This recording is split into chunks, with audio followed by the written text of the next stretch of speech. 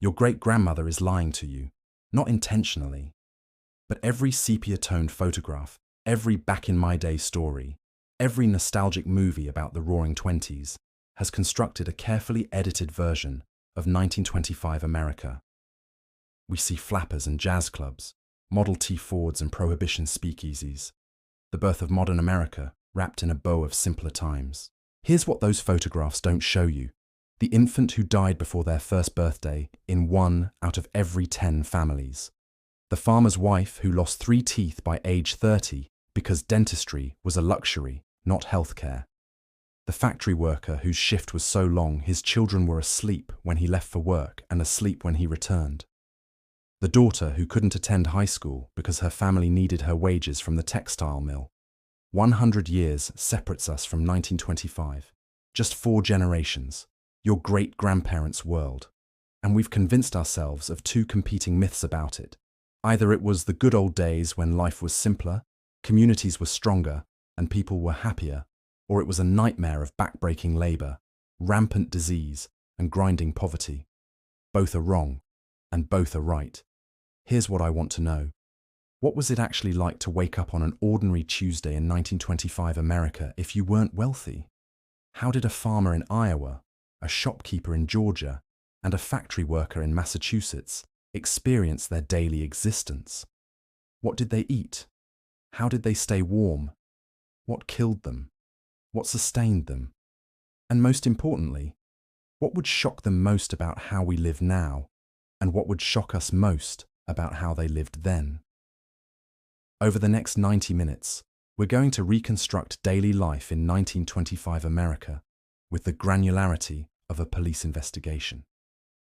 Not the Jazz Age fantasy, not the Gatsby parties. The actual, lived experience of average Americans between 2 world wars, 5 years into Prohibition, and 4 years before the economy collapsed. We'll follow 3 families through a single year. The Kowalskis, Polish immigrants running a small grocery in Detroit's factory district. The Hendersons, black sharecroppers in rural Alabama navigating Jim Crow's daily humiliations. And the Millers, a white middle-class family in small-town Ohio where the father manages a hardware store and the mother keeps a household without electricity. What we discover will complicate everything you think you know about progress, about hardship, and about what human beings can endure and still call life normal. Let's start with what they called breakfast. Picture Sarah Miller's hands at 5:30 on a January morning in Marion, Ohio. They're cracked and reddened from yesterday's laundry, moving by touch in the darkness because the sun won't rise for another hour and a half. She's building a fire in the kitchen stove, not turning a dial, not pressing a button, but splitting kindling, crumpling newspaper, arranging coal, striking a match. This is how every single meal begins. Fire from scratch. The house is 40 degrees inside. Colder upstairs where her 3 children are still sleeping under every quilt the family owns. Her breath makes clouds in the kitchen. She's wearing 2 layers of clothing already, and she won't take them off until the stove's been burning for 20 minutes. This is not a bad day. This is not an emergency. This is Tuesday. Sarah Miller is 34 years old, and this is the 9,000th time she's performed this exact morning ritual. She'll do it roughly 3,000 more times before she dies at 57, from what her death certificate will vaguely call heart failure, though her granddaughter will later suspect it was simply exhaustion. Let me be clear about something before we go further. The past wasn't worse or better. It was different in ways we can barely fathom. And to understand 1925, you have to first understand what it meant to maintain human life before our modern infrastructure of convenience existed. Everything, and I mean everything, required exponentially more physical labor than it does today. According to household economist Ruth Schwartz Cowan's research in More Work for Mother. The ironies of household technology. The average American housewife in 1925 spent approximately 52 hours per week on housework alone. Not childcare, not shopping.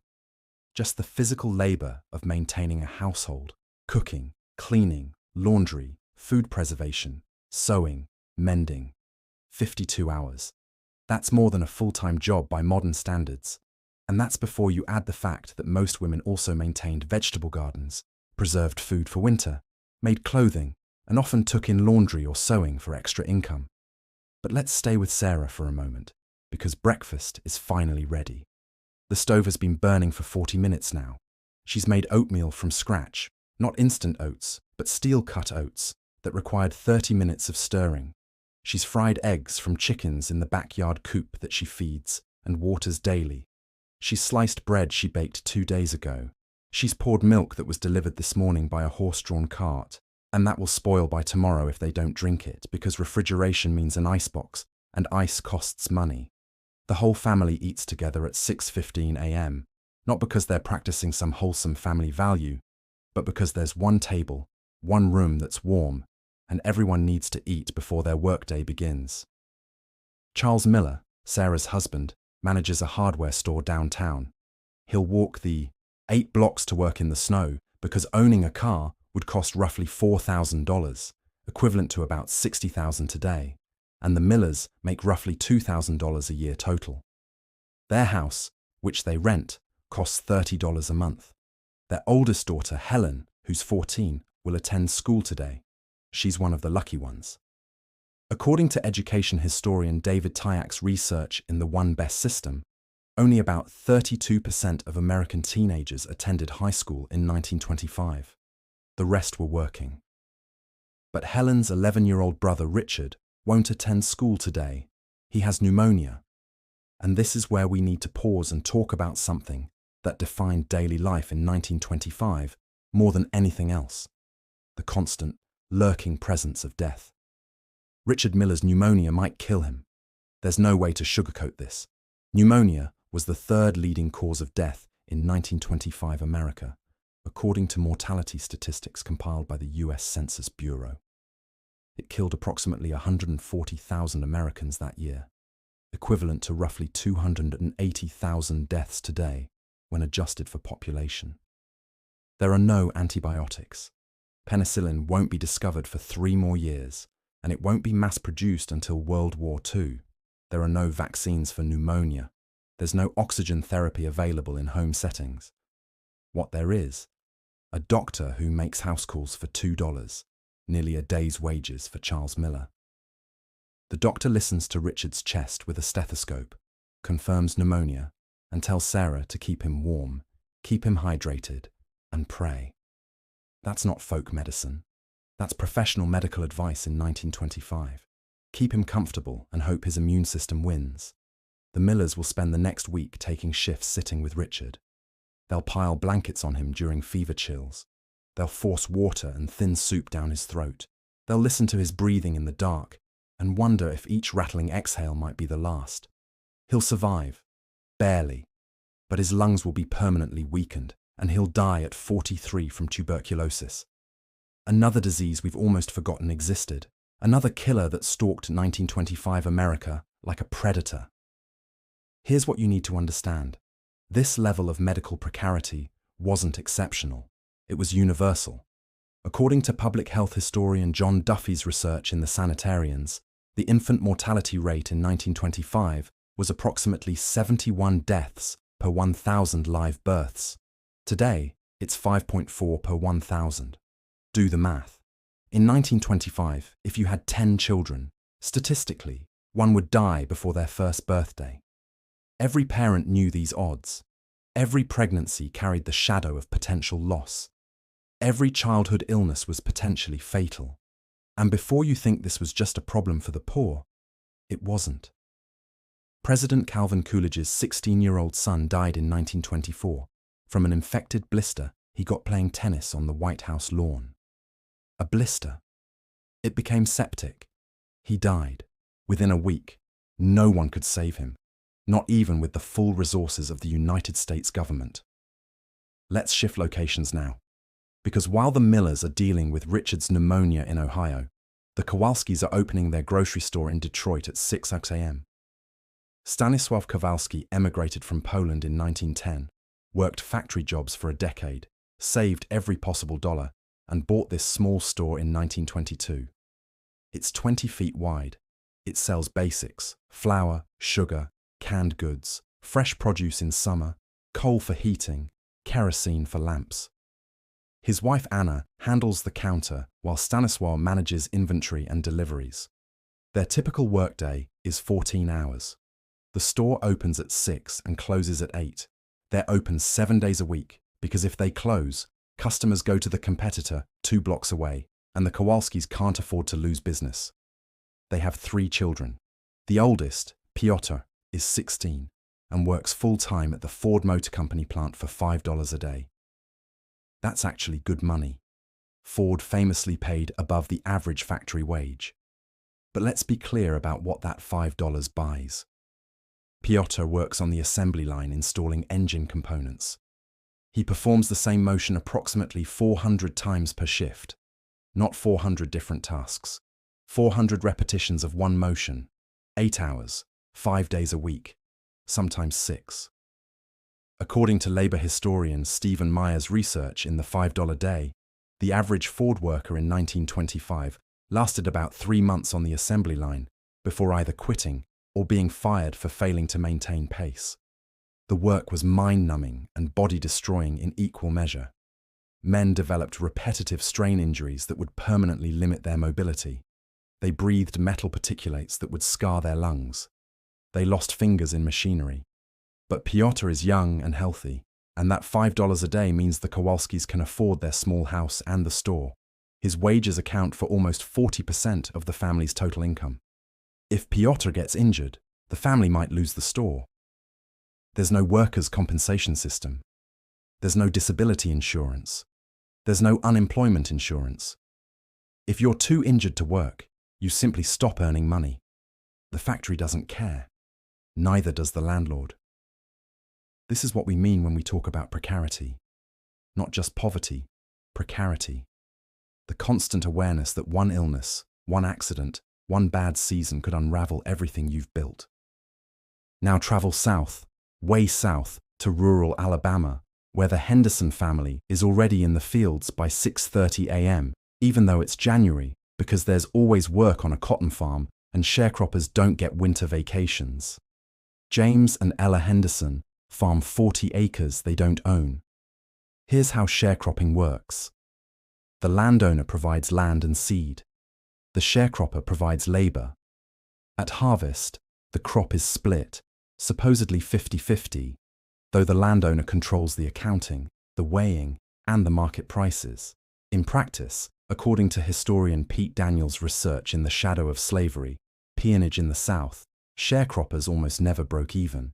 They were perpetually in debt to the landowner, who also ran the only local store where sharecroppers were required to purchase supplies on credit at inflated prices. The system was designed to trap families in permanent debt bondage, but it was legal. This was 40 years after emancipation. This was the daily reality for hundreds of thousands of black families in the South. The Hendersons have 4 children. All of them work in the fields during planting and harvest. The 2 oldest attend the colored school when it's in session, 5 months a year compared to 9 months for white schools in the same county. The school is 3 miles away. They walk, regardless of weather. Their house has 3 rooms, no electricity, no running water. Water comes from a well they share with 2 other families. The outhouse is 30 feet from the house. In summer, it's unbearable. In winter, it's dangerous. Ella Henderson is pregnant with their 5th child. She's 32 years old. She's already lost 2 children, one to measles, one to what was probably appendicitis, but no one could afford the doctor to confirm. She'll deliver this baby at home with the help of a local midwife, because the nearest hospital doesn't admit black patients, and even if it did, they couldn't afford it. The maternal mortality rate for black women in the rural South in 1925 was approximately 1,000 deaths per 100,000 live births, according to public health records analyzed by historian Richard Meckel. For white women, it was about 600 per 100,000. Today, the overall US rate is 17.4 per 100,000. Ella Henderson knows these odds even if she doesn't know the statistics. She knows women who died in childbirth. She knows babies who didn't survive their first week. She knows that pregnancy is dangerous, but she doesn't have access to birth control, and her husband doesn't believe in limiting family size anyway, because more children mean more field workers. This is daily life in 1925 for millions of Americans. Not exceptional hardship, not crisis conditions, just normal. So let's summarize what a typical morning looks like across our three families. Sarah Miller has been awake for 3 hours, built a fire from scratch, prepared breakfast for 5 people, is now monitoring a potentially fatal illness in her son, and hasn't yet started the day's actual housework. She'll spend another 8 hours cooking, cleaning, and mending before she collapses into bed around 9 p.m.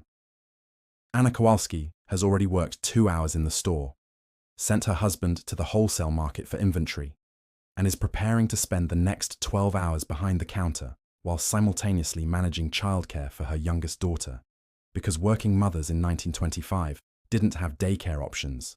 They had children playing in the back room, or more often left unsupervised at home. Ella Henderson has been working in the field since sunup, is 4 months pregnant, knows she'll work through her pregnancy until labor begins, and is calculating whether they can possibly afford shoes for the children before next winter, because the current shoes are worn through and frozen ground cuts feet. 3 families. 3 very different circumstances shaped by ethnicity, geography, and economic class. But they share something fundamental, a daily existence defined by physical labor, medical precarity, and the constant negotiation between survival and complete collapse. This is 1925 America, not the Jazz Age, not the Roaring Twenties, the actual lived experience of average people. And we're just getting started. Because we haven't yet talked about what happens when evening comes, when the work is supposed to end but doesn't. We haven't discussed what people did for entertainment when there was no television, no internet, barely any radio.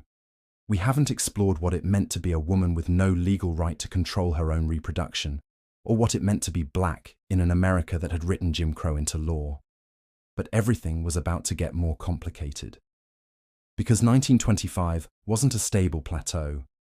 It was a moment balanced between catastrophes, World War I's trauma still fresh, Prohibition creating a massive illegal economy, and the Great Depression waiting just 4 years ahead.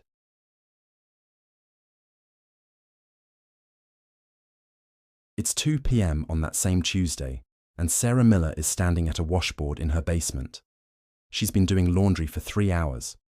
Let me explain what laundry meant in 1925, because this is where the gap between their world and ours becomes almost incomprehensible.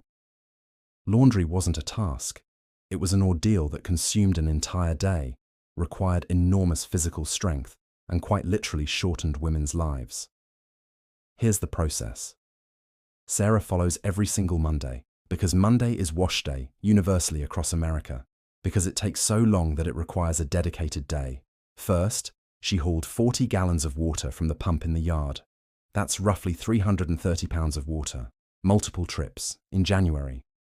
Then she heated that water on the kitchen stove in large pots, a process that took 2 hours and required constant fire maintenance. Then she carried the hot water down to the basement, where the washtub and washboard sit. She sorted the laundry by color and fabric type. She soaked the heavily soiled items overnight. Now she's scrubbing each piece individually against the washboard's metal ridges. Shirts, dresses, undergarments, sheets, towels, handkerchiefs. She's using lye soap that burns her hands. She's scrubbing until her knuckles bleed and her shoulders ache. After scrubbing, she rinses each item in clean water. More hauling. Then she wrings each piece by hand, literally twisting fabric to squeeze out water, a motion that causes chronic wrist and hand injuries. Then she carries the wet laundry outside to hang on lines in the freezing January air, where it will freeze solid, and she'll have to bring it inside tonight to finish drying by the stove. The whole process takes 8 to 10 hours, for 1 week's laundry for a family of 5. According to historian Susan Strasser's research in Never Done, A History of American Housework, laundry was the single most physically demanding household task, and women who did laundry regularly showed higher rates of chronic back pain, repetitive strain injuries, and what we'd now recognize as chronic fatigue syndrome. There were commercial laundries in cities, but they cost money the millers don't have. There were hand-cranked washing machines, but they cost between $40 and $60, which is nearly a month's income. So Sarah uses what poor people have always used, her own body as a machine. And she's doing this while worried about Richard upstairs, while planning dinner that needs to be on the table at 5:30, while knowing that tomorrow she'll need to iron everything she's washing today with a heavy iron she'll heat on the stove. This is what we mean when we talk about domestic labor in 1925, not housework. Labor. Physical, grueling, body-destroying labor that no one counted as real work because it didn't earn wages. While Sarah battles laundry in Ohio, Piotr Kowalski is 3 hours into his afternoon shift at the Ford plant in Detroit. The assembly line moves at a specific pace, not set by the workers, but by the speed of the conveyor belt. Piotr has no control over this. He must keep pace or he'll be fired. The man next to him was fired yesterday for falling behind. He was replaced within an hour. According to Stephen Meyer's research in the $5 Day, Ford's revolutionary assembly line increased productivity by 300%, but it came at a human cost that's difficult to overstate. Workers reported feeling like machines themselves. They lost autonomy. They couldn't talk to each other over the noise. They couldn't take breaks except during designated times. They developed what we'd now call repetitive stress injuries at rates that would be considered epidemic. The bathroom breaks were monitored and limited. Workers urinated in bottles rather than leave their stations and risk discipline. Men fainted from heat and dehydration in summer. They developed frostbite-like symptoms in winter because the plant was poorly heated and they couldn't move around to stay warm. But here's the thing that's hard to reconcile. This was considered a good job. The $5 a day wage was 40% higher than the average factory wage. Men lined up by the thousands for these positions. The alternative wasn't better working conditions. It was lower pay, longer hours, and often more dangerous work. This is what happens when there's no meaningful labor regulation. When there's no federal minimum wage, that won't come until 1938. When there's no mandatory safety standards. When unions are violently suppressed by both companies and government. Let me give you a statistic that should make you uncomfortable. According to data compiled by the Bureau of Labor Statistics, approximately 20,000 American workers died in industrial accidents in 1925. Another 2.3 million were injured seriously enough to require medical attention or miss work. 20,000 deaths in 1 year. For comparison, in 2019, with a workforce roughly twice as large, approximately 5,300 workers died in job-related accidents. Work was dangerous. Brutally, randomly, catastrophically dangerous. And workers had almost no recourse. If you were injured, you were fired. If you died, your family got nothing unless they could somehow prove negligence in court, a process that cost money they didn't have and faced legal teams they couldn't match. Piotr doesn't think about these statistics. He thinks about keeping pace, about not getting fired, about the $5 he'll take home at the end of the day, about helping his parents keep the store. He'll work at Ford for another 7 years before losing 2 fingers in a machinery accident. He'll be fired the same day. No compensation, no pension, no insurance, just dismissed and replaced within a shift. 300 miles south, in Alabama, the Henderson family is finishing the afternoon field work. It's been a full day of labor for everyone. James has been plowing since dawn.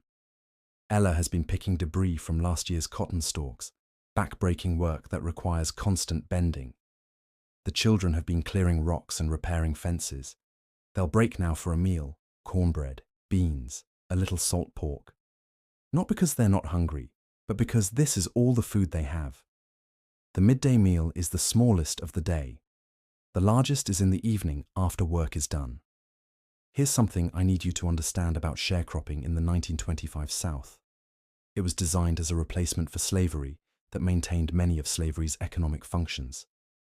And I'm not being hyperbolic. According to historian Pete Daniels' extensive research, sharecroppers were legally bound to the land through debt peonage. If they tried to leave before settling their accounts that landowners controlled and manipulated, they could be arrested and forced to work off the debt. This was legal under various state laws that criminalized debt default. Sharecroppers couldn't negotiate crop prices. They couldn't choose which crops to plant. They couldn't sell to anyone except the landowner. They were required to purchase supplies from the landowner's store at inflated prices. And at the end of the season, when accounting time came, the landowner's calculations always showed the sharecropper still in debt. The Hendersons haven't broken even in 3 years. They're currently $180 in debt to the landowner, roughly 9 months of total expenses. That debt will never be paid off. It will grow. Their children will inherit it if they stay, and they can't easily leave. Where would they go? Northern industrial cities offered jobs, yes, and thousands of black Southerners were beginning the Great Migration north for exactly this reason. But migration required money for train tickets, money to sustain a family during the job search, and connections in northern cities. The Hendersons have none of these things, so they stay. They work. They endure Jim Crow's daily humiliations, the separate schools, the separate water fountains, the constant threat of violence for any perceived stepping out of place. Ella Henderson knows that her husband can be beaten or killed for making eye contact with a white woman. She knows her children can be arrested and leased out to prison labor for the smallest infractions. She knows that there's no legal protection, no recourse, no justice available to black people in rural Alabama in 1925. This isn't distant history. This is living memory. There are people alive today whose grandparents lived this exact reality. Let's talk about community for a moment, because I don't want to paint 1925 as unrelenting misery. That wouldn't be accurate. Human beings are extraordinarily adaptive, and they create meaning and connection even in difficult circumstances. It's evening now. The Kowalskis have closed the store at 8 p.m. The family sits together in their small living room.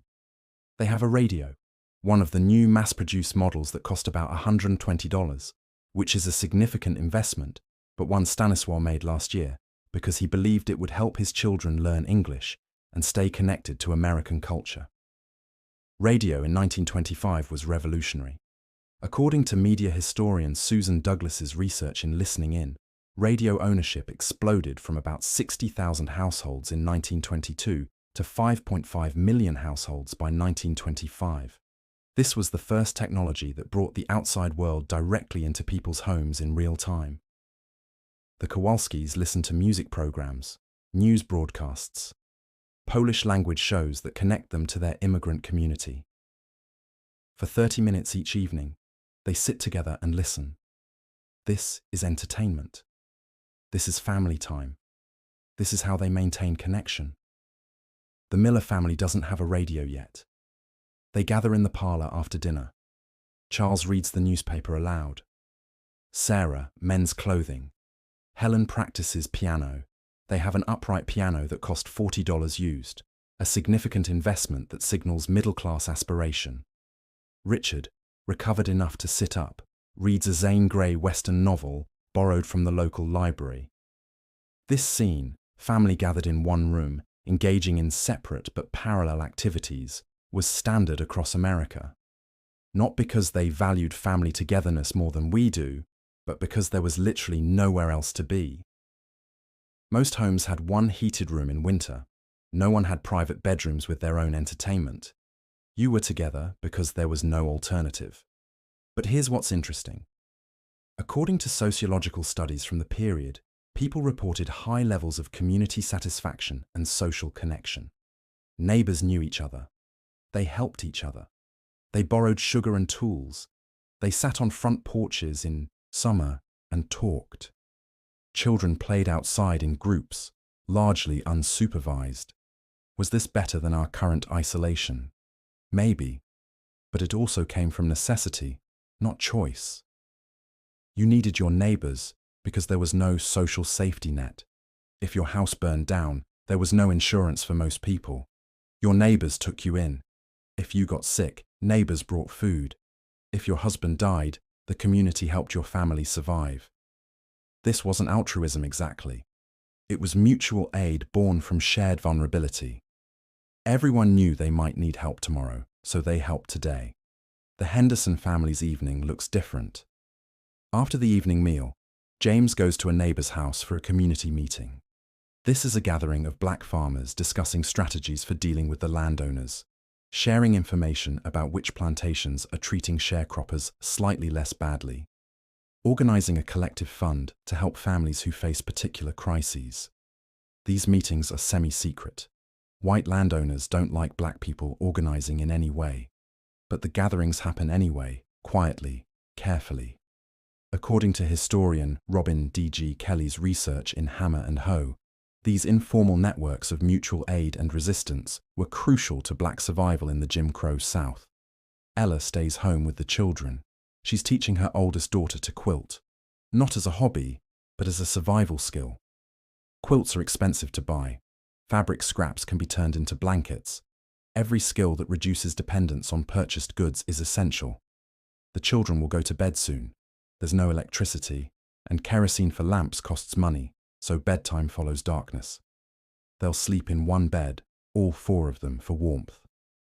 The house has a fireplace, but wood is scarce and must be gathered from distant wooded areas. They stay warm primarily through body heat and quilts. This is what poverty meant in 1925. Not just lack of money, but lack of basic thermal comfort, lack of light, lack of space, lack of privacy. I want to pause here and address something you might be thinking. You might be wondering, why should I care about this? Why does it matter what daily life was like in 1925? Here's why. First, understanding what life was actually like helps us appreciate the infrastructure we've inherited. You flipped a light switch today without thinking about it. That's magic. That's the result of massive public investment in electrification.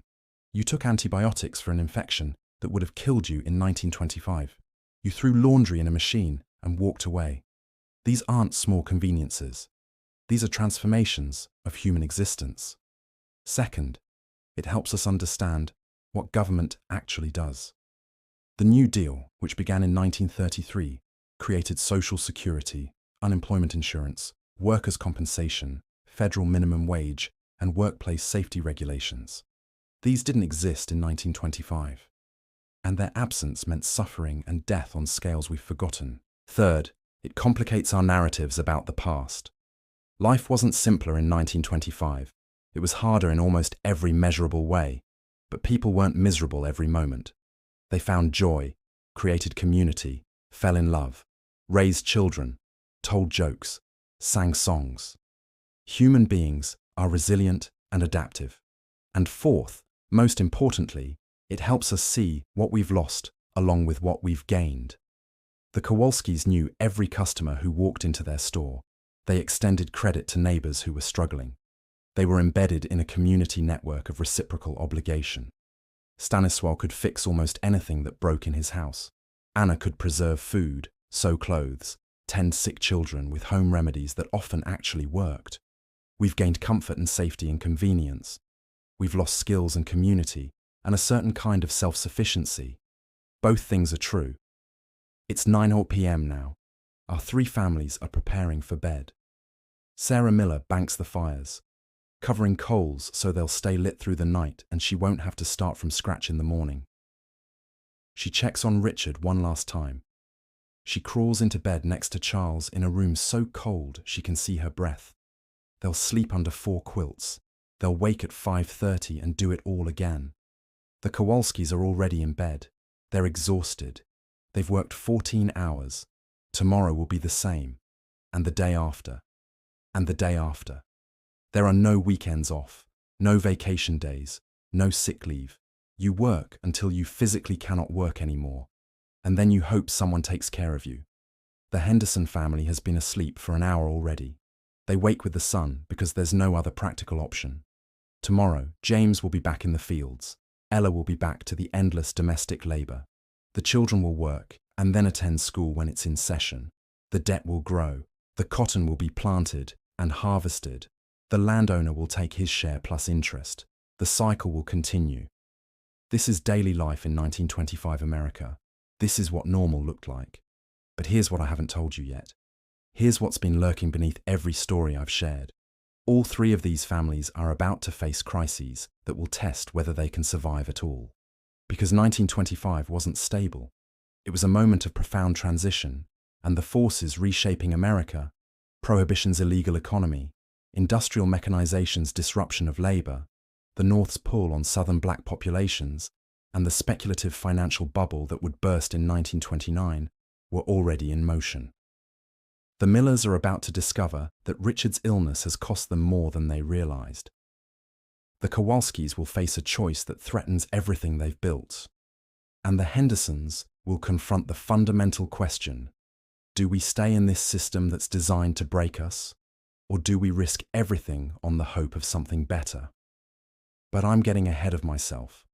First, you need to understand one more crucial piece of daily life in 1925. Something we haven't discussed yet. Something that shaped every aspect of existence, but that people rarely talked about directly. Sex, reproduction, women's bodies, and the complete absence of control women had over their own fertility.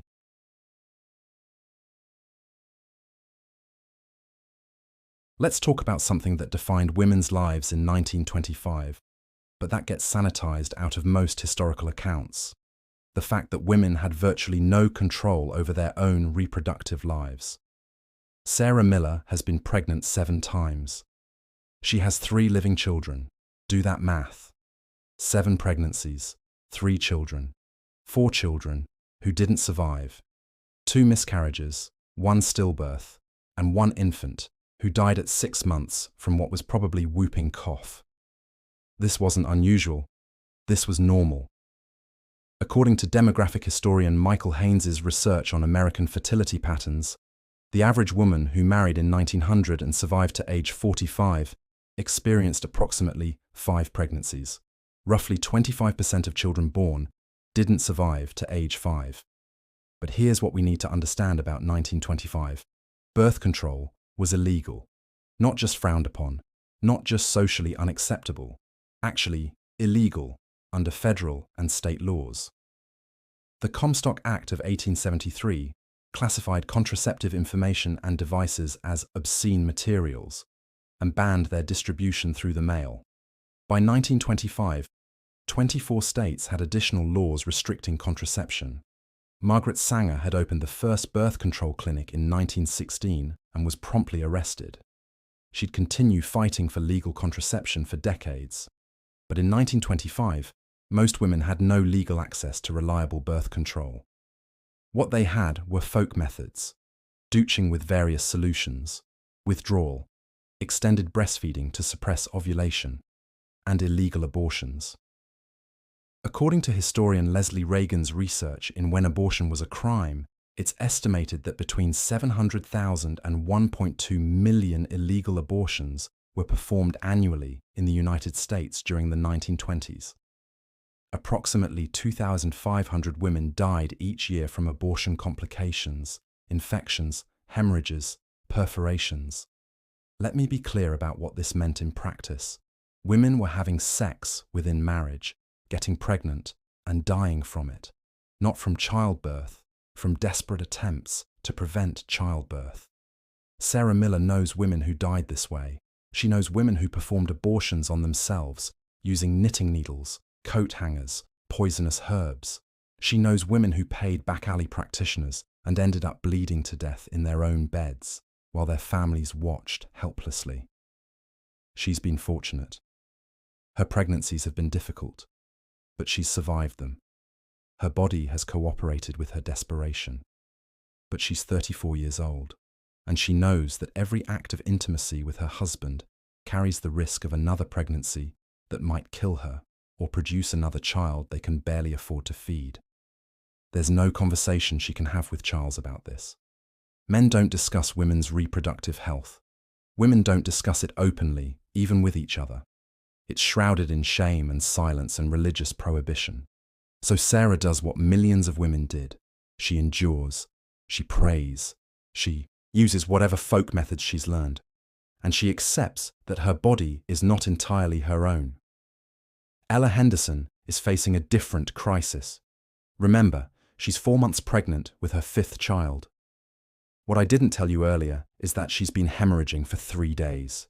Not enough to lose the pregnancy yet, but enough that she's frightened, enough that she's weak and dizzy, enough that she can't work at full capacity, which means the family is falling behind on fieldwork, which means they'll fall deeper into debt. She needs to see a doctor. But the nearest doctor who treats black patients is 23 miles away, and they don't have transportation. And even if they could get there, they don't have money for the visit. And even if they had money, the doctor might not be able to do anything anyway because obstetric medicine in 1925 was primitive at best. So Ella does what poor women have always done. She continues working and hopes her body resolves the problem on its own. According to historian Gerda Lerner's research on black women's health in the early 20th century, black women in the rural South experienced maternal mortality at roughly twice the rate of white women, largely due to lack of access to medical care, malnutrition, and the physical demands of agricultural labor during pregnancy. Ella knows this. She's watched friends and relatives die in childbirth. She's seen women hemorrhage to death with no intervention available. She's seen babies born too early, too small, who couldn't survive. And she's terrified. But terror doesn't change economics. It doesn't create medical care where none exists. It doesn't alter the fact that she's a poor black woman in rural Alabama in 1925, and her body is simply less valuable, legally, medically, socially, than white women's bodies. She tells James about the bleeding. He's worried, but what can he do? Take a day off work they can't afford. Borrow money they can't repay. He does the only thing he can. He tells her to rest when possible, and he prays. The bleeding will stop after 5 days. The pregnancy will continue. Ella will deliver a healthy boy in July, assisted by a midwife, in her own bed, with no complications. She'll be extraordinarily lucky, but she'll never forget those 5 days of terror. And she'll never have another pregnancy after this one, not because she'll gain access to birth control, but because something will rupture during this delivery that will make future pregnancy impossible. A blessing disguised as injury. Anna Kowalski's crisis is different, but no less serious. She's discovered she's pregnant, her 4th child, and she's devastated. The store is barely profitable. 3 children strain their resources already. Piotr's wages help, but he's talking about moving out, maybe getting married, starting his own life. If Piotr leaves, and Anna has another infant to care for, the store might fail. She's 41 years old. She's exhausted. She doesn't want another pregnancy. She doesn't want to risk another delivery. She doesn't want to spend another 5 years nursing and caring for an infant, while also working 14-hour days in the store. She discusses this with Stanisław, in Polish, quietly, after the children are asleep. He's sympathetic, but fatalistic. What can they do? This is God's will. This is life. They'll manage somehow. But Anna has heard about procedures. She knows women who've ended pregnancies. She knows there's a woman 3 blocks away who performs certain services for $30. $30 is a week's profit from the store. It's achievable. It's also illegal and dangerous and morally fraught. Anna is Catholic. She was raised to believe abortion is murder, but she's also desperate. And here's something historians like Leslie Reagan have documented extensively. Working-class Catholic women sought abortions at roughly the same rates as Protestant women, regardless of religious prohibition. Desperation overrides doctrine. Anna spends 2 weeks agonizing over this decision. She prays. She cries. She weighs the life of a potential child against the survival of her existing family. This isn't an easy choice. This isn't casual. This is a woman being forced to make an impossible decision because she has no other options. She ultimately decides against it, not because of religious conviction, but because the risk terrifies her more than another pregnancy. She's heard stories of women who died from botched procedures. She can't risk leaving her 3 children motherless. She'll have the baby, a daughter, born in December. The family will manage, barely. Anna will never fully recover her strength. She'll die at 53 from what her death certificate will call general debility, a vague term that basically means her body gave out from accumulated exhaustion. This is what reproductive control, or its absence, meant for women in 1925. Pregnancy was destiny. Childbearing was mandatory. Women's bodies were sites of constant risk, constant labour, and almost no autonomy. If you're still with me, drop your location in the comments. I'm curious where this story is finding you, and whether this reality feels as distant as it should.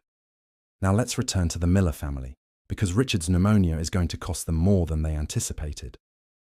The doctor has been making house calls twice a week for 3 weeks. Each visit costs $2. That's $12 so far.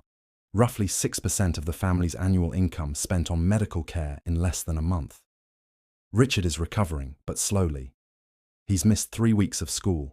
He's weak and needs extra food to regain strength. Milk, eggs, meat when they can afford it. These costs add up. But here's the real crisis.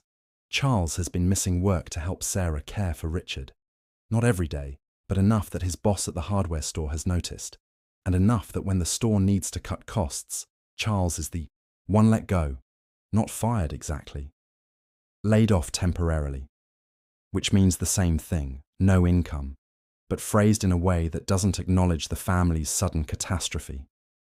Charles is 41 years old. He has a wife and 3 children depending on him. He has $8 in savings. Rent is due in 11 days. There is no unemployment insurance. There is no government assistance. There are private charities, churches mostly, but they're overwhelmed and underfunded, and accepting charity carries social stigma that marks families as failures. Charles spends 3 days going business to business looking for work. There are no jobs. The economy is doing well overall. 1925 is still part of the Roaring Twenties boom. But that boom hasn't reached Marion, Ohio, and it hasn't created jobs for 41-year-old hardware clerks. He finally finds work loading freight at the train depot. It pays 75 cents a day. That's about 40% less than his previous salary, and it's back-breaking labour for a man who's been doing relatively light retail work for 20 years. His first day, he throws out his back lifting a heavy crate. He can barely stand.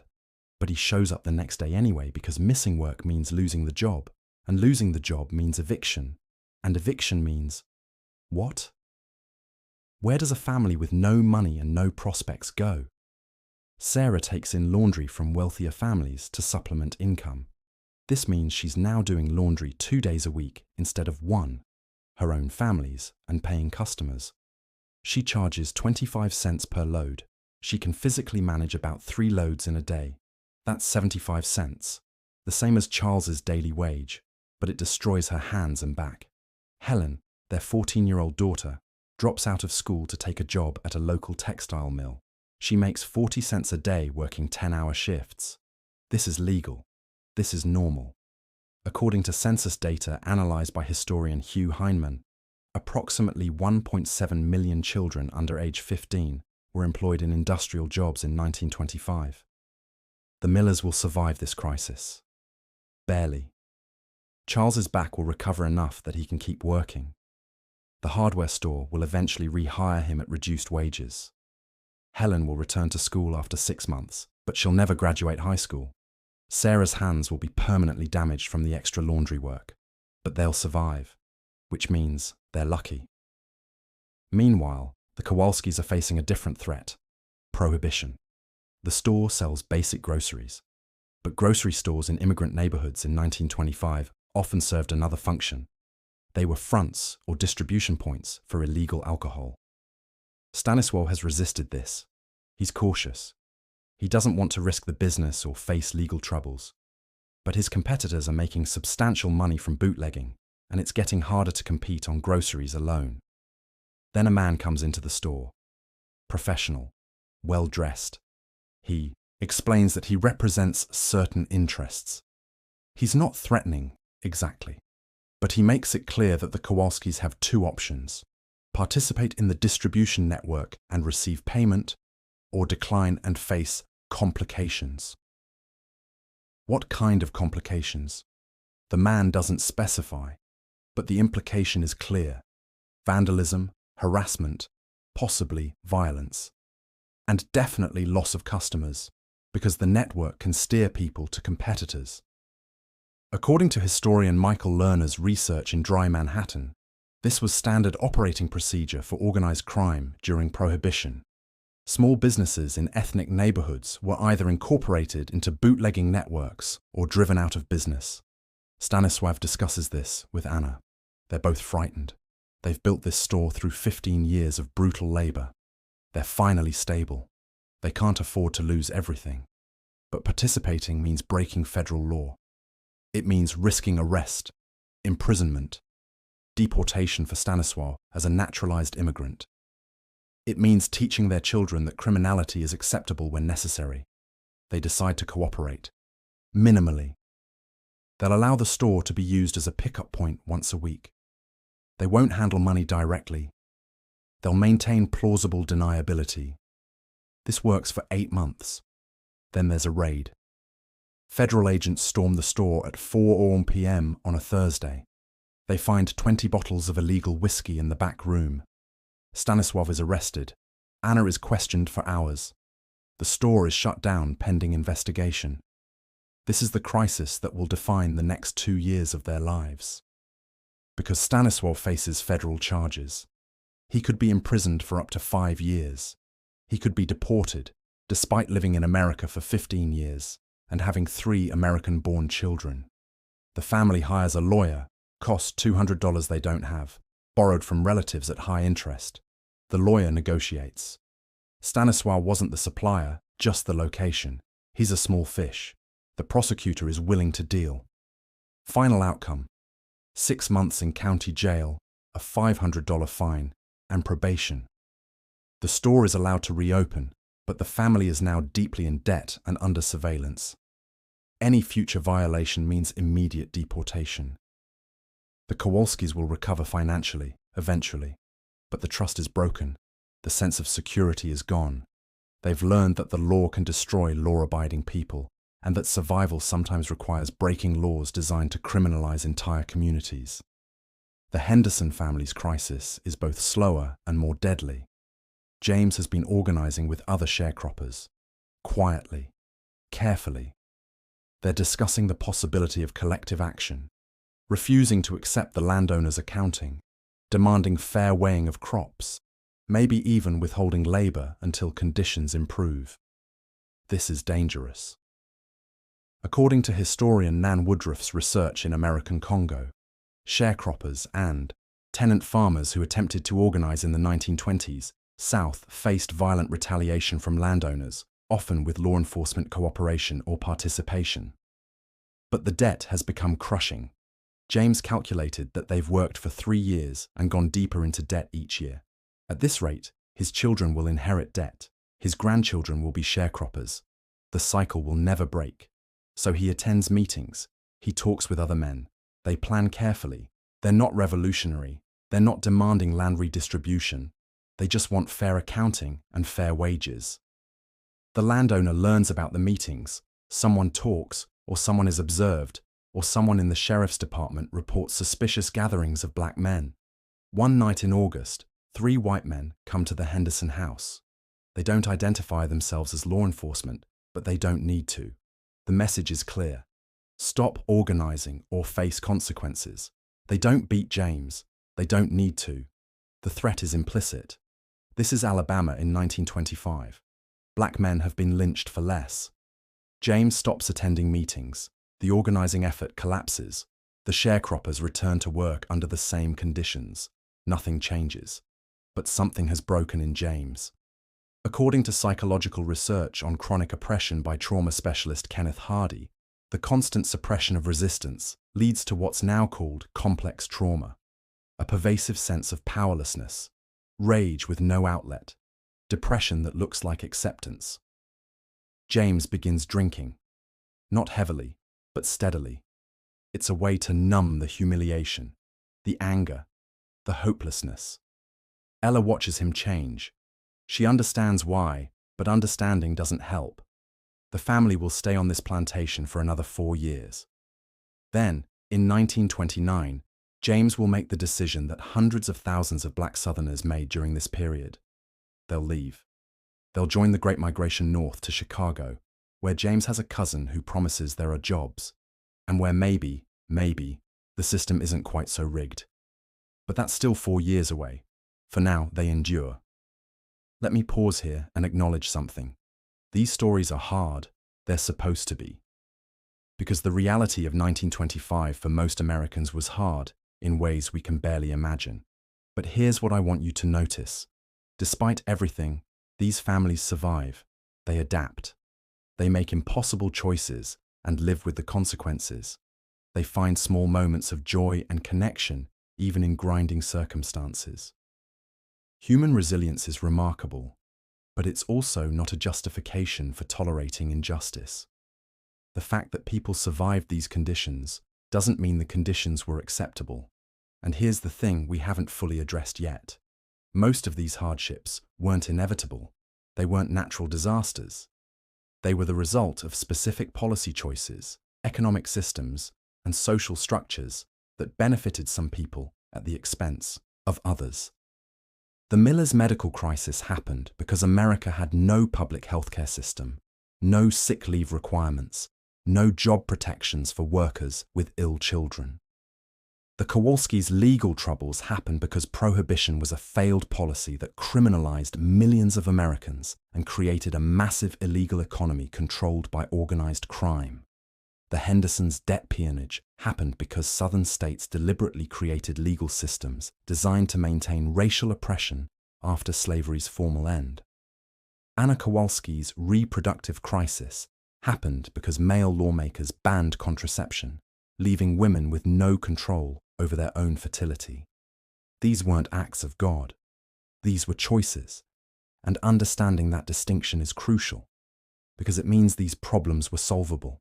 They eventually were solved, at least partially, through collective action, policy changes, and social movements. But in 1925, those solutions were still years away. Most people couldn't imagine different possibilities. They just endured, survived, and hoped their children might have better lives.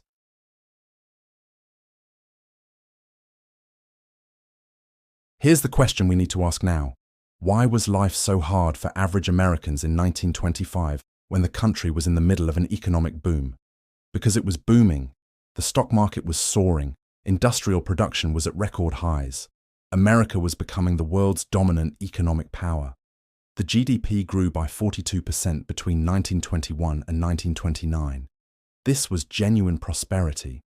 But for whom? Let me show you something that will reframe everything I've told you so far. In 1925, the top 1% of Americans controlled approximately 19% of all income. For comparison, in 2019, they controlled about 20%, so roughly similar. But here's the crucial difference. In 1925, there was almost no social safety net redistributing any of that wealth to protect people at the bottom. No social security, no unemployment insurance, no food assistance, no housing subsidies, no Medicare or Medicaid, no minimum wage, no maximum hour laws for most workers, no child labor protections, no paid sick leave, no worker safety regulations worth mentioning. According to economic historian Robert Gordon's research in The Rise and Fall of American Growth, real wages for industrial workers grew modestly in the 1920s, about 1.5% annually. But those gains were concentrated among skilled workers in particular industries. For agricultural workers, domestic workers, and unskilled laborers, real wages stagnated or declined. Meanwhile, corporate profits exploded. Productivity increased by 43% between 1919 and 1929, but wages increased only 11%. Where did that gap go? To shareholders and executives. The system wasn't broken, it was working exactly as designed, to concentrate wealth upward while keeping labor costs low and worker power minimal. Let me give you a specific example of how this worked. Remember Piotr Kowalski at the Ford plant, making $5 a day, which was actually good money. Here's what Henry Ford understood that other industrialists didn't, at least not at first. Ford's $5 day, introduced in 1914, was revolutionary. It doubled the prevailing wage. Productivity skyrocketed. Worker turnover plummeted. Ford could afford to be more selective about hiring. Workers could afford to buy the cars they built, creating consumer demand. It looked like enlightened capitalism. But here's what Ford also understood. Paying workers more kept unions out.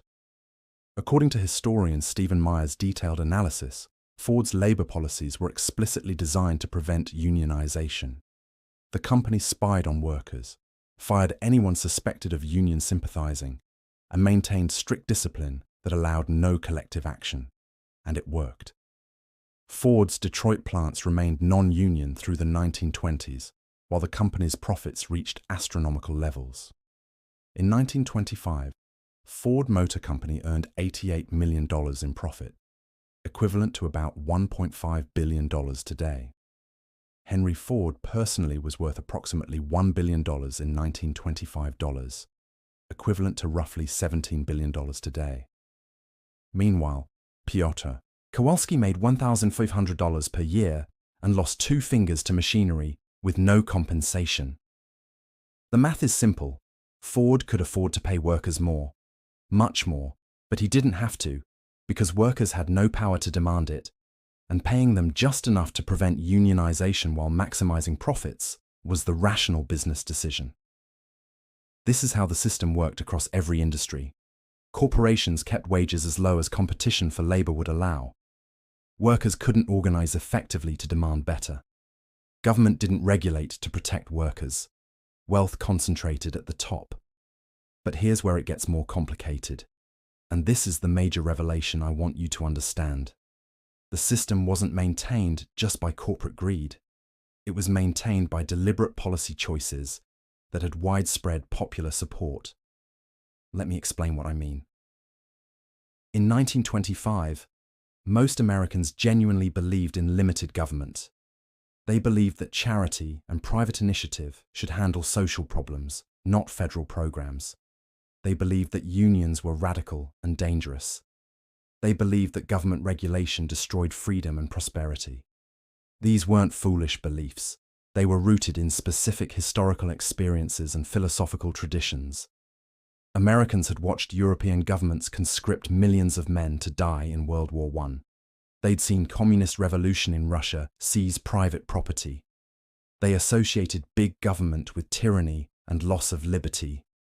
So when reformers proposed unemployment insurance, or old age pensions, or health insurance, all of which existed in some European countries by 1925, most Americans rejected these ideas as un-American, socialistic, and dangerous. According to political historian David Kennedy's research in Freedom from Fear, proposals for federal social insurance programs in the 1920s were defeated not primarily by corporate lobbying, but by genuine popular opposition. Americans didn't want the government involved in their lives that way. They saw it as a loss of independence. Even labor unions were divided on this question. The American Federation of Labor, the largest union organization, opposed unemployment insurance through the 1920s because union leaders believed it would make workers dependent on government rather than building union power. So the crises facing the Miller, Kowalski, and Henderson families weren't just imposed by elites. They were maintained by a broader social consensus that government shouldn't solve these problems. And here's what's crucial: that consensus was shaped by people who didn't face these crises. The wealthy, the secure, the privileged. They could afford to believe in self-reliance and limited government because they had resources to weather crises.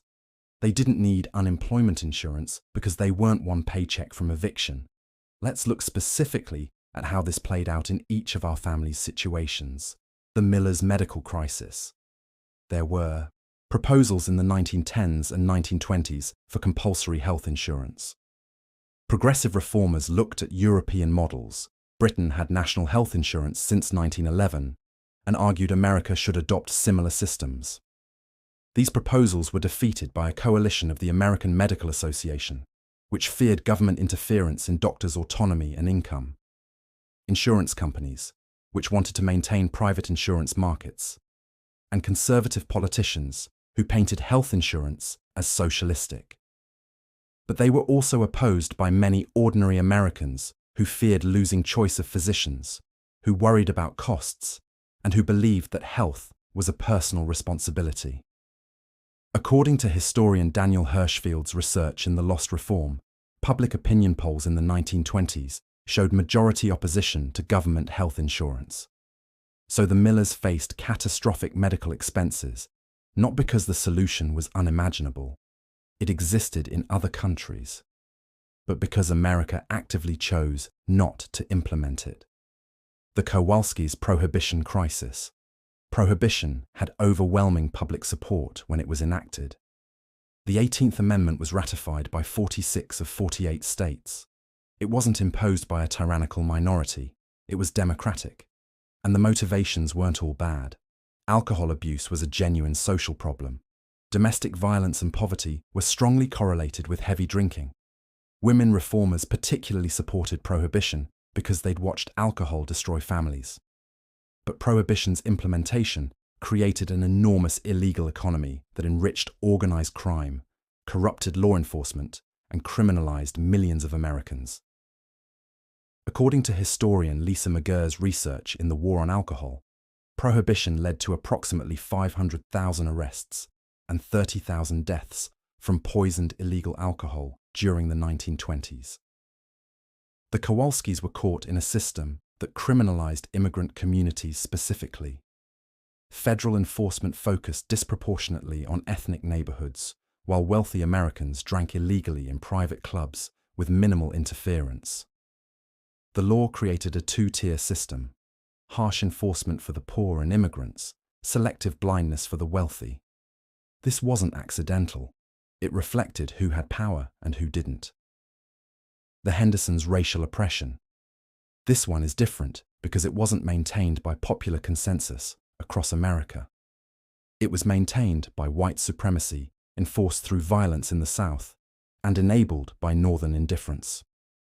Jim Crow was explicitly designed to maintain racial hierarchy after slavery's end. According to historian C. Van Woodward's research in The Strange Career of Jim Crow, the legal architecture of segregation was constructed in the 1890s and early 1900s through state laws, court decisions, and constitutional amendments that disenfranchised black voters and mandated racial separation. By 1925, this system was fully entrenched. And here's what's important: it had federal approval. The Supreme Court had upheld segregation in Plessy v. Ferguson in 1896. The federal government allowed Southern states to ignore the 14th and 15th Amendments. Northern politicians looked the other way because they needed Southern Democratic votes. The Henderson family's oppression wasn't a holdover from an earlier era. It was a modern system, actively maintained by contemporary political choices. Sharecropping was specifically designed to replicate slavery's economic functions. Debt peonage was legal. Convict leasing, essentially re-enslaving people through criminal justice, continued into the 1920s in some states, and most white Americans, North and South, supported this system or were indifferent to it. According to surveys from the period analyzed by historian Grace Hale, majorities of white Americans opposed federal anti-lynching legislation, opposed voting rights for black citizens, and believed in inherent racial hierarchies. The system was working as designed, and the design was white supremacy. Now here's the revelation that should change how you see this entire period. All of these systems were challenged. All of them had vocal opponents. All of them had proposed alternatives. There were labor organizers arguing for workers' rights, and they were being murdered. Between 1877 and 1968, approximately 700 American workers were killed in labor disputes, according to research compiled by labor historian Philip Taft. That's not including injuries, arrests, or blacklisting. There were women reformers fighting for reproductive rights, and they were being arrested. Margaret Sanger was jailed 9 times. Birth control advocates were prosecuted under obscenity laws. There were black activists demanding civil rights, and they were being lynched. According to data compiled by the Equal Justice Initiative, 3,265 black Americans were lynched between 1877 and 1950. In 1925 alone, 17 documented lynchings occurred. There were progressive politicians proposing social insurance, labor regulations, anti-lynching laws, and they were being defeated by coalitions of conservatives, business interests, and racists. The system wasn't inevitable, it was chosen. It was maintained through violence, legal oppression, and political consensus among those who benefited from it or were insulated from its harms. And here's what's crucial to understand. Many of the people maintaining the system believed they were doing the right thing. They believed in self-reliance, limited government, racial hierarchy, traditional gender roles. They weren't cartoon villains. They were ordinary people with beliefs that justified existing structures. This is how injustice works. It's not usually maintained by evil people doing evil things. It's maintained by normal people believing that the way things are is natural, inevitable, or even good. Let me show you one more thing that reveals the system's true nature. In 1925, there were approximately 3,000 private foundations and philanthropic organizations in America, according to historian Judith Sealander's research. The wealthy gave millions to charity. Andrew Carnegie had built 2,500 public libraries. The Rockefeller Foundation funded public health initiatives. J.P. Morgan's estate endowed hospitals and universities. This was celebrated as proof that private charity could handle social problems better than government. It was the justification for not implementing public social insurance. But here's what that charity actually accomplished. It provided band-aids for systemic hemorrhaging. It helped some people, absolutely. But it didn't prevent the Millers from facing medical bankruptcy. It didn't stop the Kowalskis from being caught in Prohibition's web. It did nothing for the Hendersons, except perhaps fund the segregated school their children attended for 5 months a year. Charity treated symptoms. It didn't change the system, and it wasn't designed to. According to historian Alice O'Connor's research in poverty knowledge, philanthropic foundations in the 1920s explicitly rejected systemic reform in favor of individual assistance and moral improvement. They provided emergency relief, funded settlement houses, and supported education. But they opposed labor unions, opposed government social programs, and supported policies that maintained existing economic structures. Charity kept people alive, but it kept them subordinate. It prevented revolution without requiring justice. And that was the point. So here we are. We've followed 3 families through their daily struggles. We've seen them face crises they couldn't prevent and couldn't solve individually. We've understood that their suffering wasn't natural or inevitable. It was the result of specific systems designed to benefit some at the expense of others. Now we need to ask, what changed? How did we get from the America of 1925 to the America that has Social Security, Medicare, unemployment insurance, workplace safety regulations, and civil rights laws? The answer isn't uplifting. It's not a story of gradual enlightenment or natural progress. The answer is catastrophe. 4 years after 1925, the stock market crashed. The Great Depression destroyed the economy. Unemployment reached 25%. Banks failed. Farms were foreclosed. The system that had worked so well for the wealthy stopped working for anyone. And suddenly, the ideology of self-reliance and limited government looked like a suicide pact. Suddenly, people were willing to try something different, not because they'd been persuaded by moral arguments, but because continuing on the same path meant starvation. The New Deal that followed wasn't inevitable. It wasn't preordained. It was a political choice made possible by crisis, pushed by activists who'd been fighting for decades, and implemented by politicians who understood that the alternative was revolution. But here's what I want you to understand. Before we move to the conclusion, the New Deal didn't solve everything. It helped white workers more than black workers. It excluded domestic workers and agricultural workers, categories that disproportionately included women and people of color. It created a safety net, but one with holes specifically designed to maintain racial and gender hierarchies. The Henderson family, for instance, would be largely excluded from Social Security's initial coverage.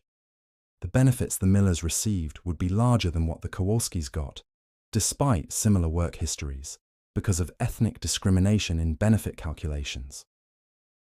Progress happened, real progress, but it was incomplete, compromised, and had to be fought for again and again.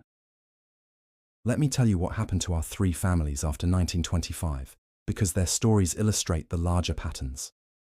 The Millers survived the Depression, barely. Charles kept his hardware store job.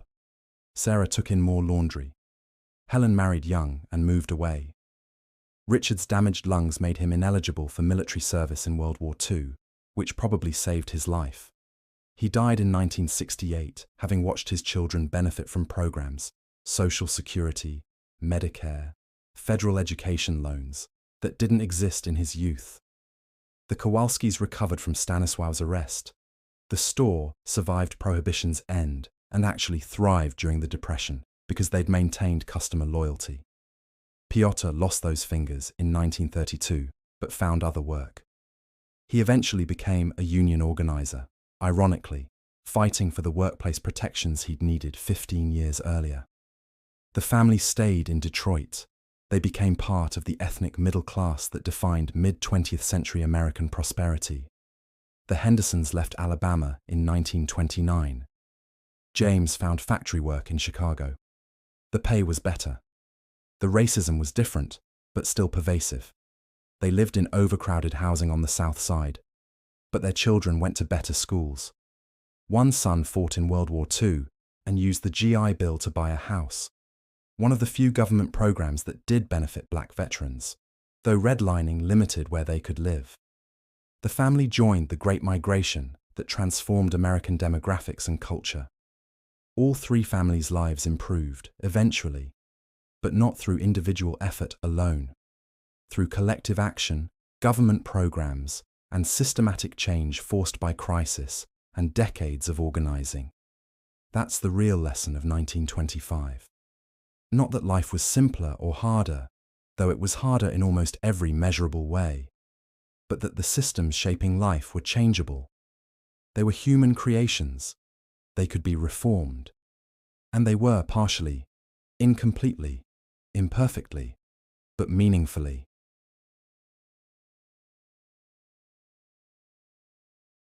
We've spent 80 minutes examining daily life in 25 America through three families trying to survive systems designed to keep them subordinate. We've seen the crushing physical labor that defined existence before modern appliances. We've witnessed the medical precarity that made every illness potentially fatal. We've understood the economic vulnerability that kept families one crisis away from catastrophe. We've examined how racial oppression, gender subordination, and class exploitation were built into the legal and economic structure of American society. And we've traced the mechanisms forward to see which patterns persist and which have genuinely changed. So what do we take from this? First, gratitude without complacency. The washing machine matters. Antibiotics matter. Social Security matters. These aren't trivial conveniences. They're transformations of human experience that we should appreciate, while recognizing they're unevenly distributed and constantly under threat. Second, awareness of patterns. When you see modern workers fighting for bathroom breaks or sick leave, understand you're watching a continuation of struggles from 1925. When you see reproductive rights being restricted, recognize the pattern. When you see wealth concentrating upward while workers' power declines, understand the mechanism. Third, rejection of inevitability. Nothing about our current systems is natural or permanent. They were created by political choices. They can be changed by political choices. And fourth, respect for the resilience of ordinary people. The Millers, the Kowalskis, the Hendersons. They weren't heroes. They were regular people trying to survive impossible circumstances. They found dignity and meaning and community despite everything. That's not justification for tolerating injustice, but it's a reminder that human beings are remarkable in their capacity to endure and to hope. Here's my question for you. Knowing what you know now about how people actually lived in 1925, and seeing the parallels to our present moment, what would you change? Not what you think should change in some abstract sense. What would you personally do differently? What political positions would you reconsider? What narratives would you question? What organizing would you join or support? Because here's the final lesson. History isn't something that happened. It's something that's happening. The choices that created the distance between 1925 and 2025 are the same kinds of choices we're making now that will determine the distance between 2025 and 2125. We can build systems that protect vulnerability or systems that exploit it. We can defend existing protections or allow them to erode. We can organize for change or accept that this is as good as it gets. The people of 1925 couldn't imagine our world, but they helped create it through their struggles. What world are we creating for 2125? If you made it this far, all 93 minutes, thank you. Making this longest video required trusting that you'd stay with me through difficult material that doesn't offer easy answers or comfortable conclusions. If this changed how you see history or present-day politics or the relationship between them, let me know in the comments. If you have family stories from this era that complicate or confirm what I've described, share them. If you're angry or inspired or confused, talk about it. History isn't settled. It's contested. Every generation has to figure out what we carry forward and what we leave behind. Subscribe if you want more investigations like this. I'm planning to examine other historical moments through the same lens. Daily life, systemic analysis, modern parallels. Next up might be 1890s immigration, or 1970s deindustrialization, or 1950s suburbanization. Vote in the comments. And remember, the good old days weren't that good. The present isn't inevitable. The future is unwritten. Thanks for watching.